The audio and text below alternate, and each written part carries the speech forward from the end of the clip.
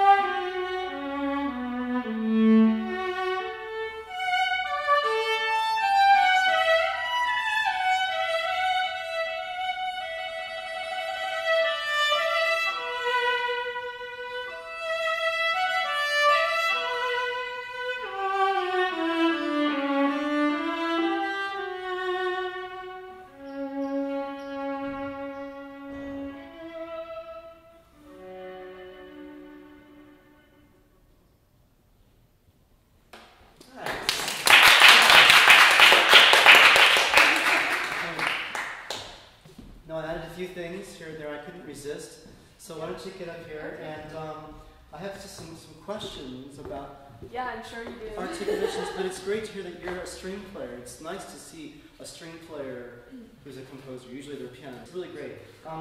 First of all, I figured you were a string player because you actually knew what a V was. It's a buckle. The thing is, you wrote 6/8. So if I did the bowing you wrote, it would sound like this.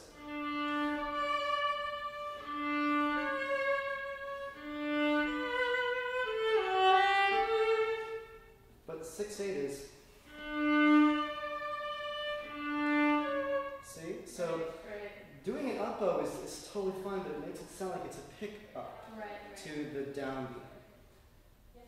Which is why my solution was, I'm not going to choose. I'm going to slur it, because slurring is more vocal, and this is such a beautiful, evocative title, and it really makes me think of a mom singing to her baby. So that's what made me think like that, which is even more intimate. So that was my thought. But since I have you here, one, what did you think about what I did? I liked it. You did? Yeah. Better than? Yeah, I did. I was not really sure of the That's okay, it's okay. And then what I also like is, compared to a lot of young, talented composers, you put a lot of information in here. You put diminuendo, sonata piano, dolce, I love that one. You know, this is all really, really great. Sometimes though, you don't give me enough information. So for instance, this is all tempo mezzo piano, then it's forte. So if you want a crescendo with your forte, you do. I figured you did, so that's why I did it. Oftentimes, instrumentalists will do that because they just can't help themselves. They want, especially for like a piece, they want to make it even better. Okay, so that's something that you could do. Give a little more information than you think they need, because you know what you're thinking, but they don't know what you're thinking. So just err on the side of more information. We can always ignore it if we think it's silly. Okay, great. So that'll really, really help. So working backward. Because I started slurring, I wanted to slur here, but I decided I'm not going to slur it. But this is very da-da-da. You know, it seems like if you're going lyrical, it should be more slurred, right? So just a little omission. Okay, good. So a lot of this is slurred, which is great. Next thing, the pizzicato. So it's great in a solo piece, all of a sudden play pizzicato. It's wonderful. Like we're going to play, I think, a piece, Sarah Hyun, where I begin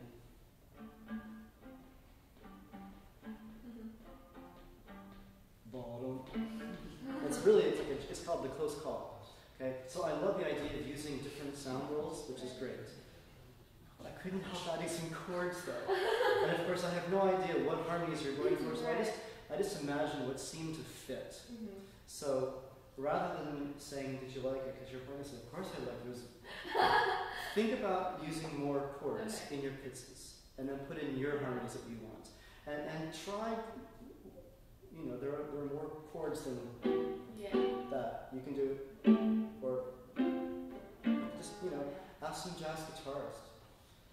About really cool harmonies you can do with pizzas. Okay, it's really great. There's also a great piece by Kevin Putz. It's an amazing composer.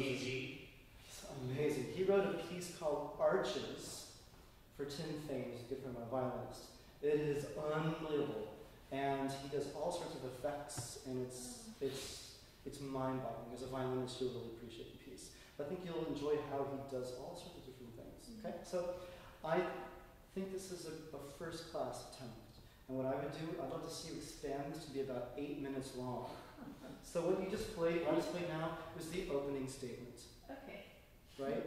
Yeah. So then go somewhere else. Right? And have that evolve. And then come back to this pretty traditional concept. Arch form A, B, A. As opposed to just A. Done. Right? Because if it's really beautiful like this, it just makes me feel so gypped. Because I want to hear more of it, So that's good. I want to hear more, I want to play more. So, okay, so we'll talk about that later. I'd love for you to finish this piece. I will. Okay? Yes. Anything you want to tell me, or suggestions, or... No? Sure? Yeah. Okay. Some things I couldn't do. This part, I could do it on the violin with weird fingering, but I'm not sure. I mean, this. That's what I was doing. Yeah. And then here.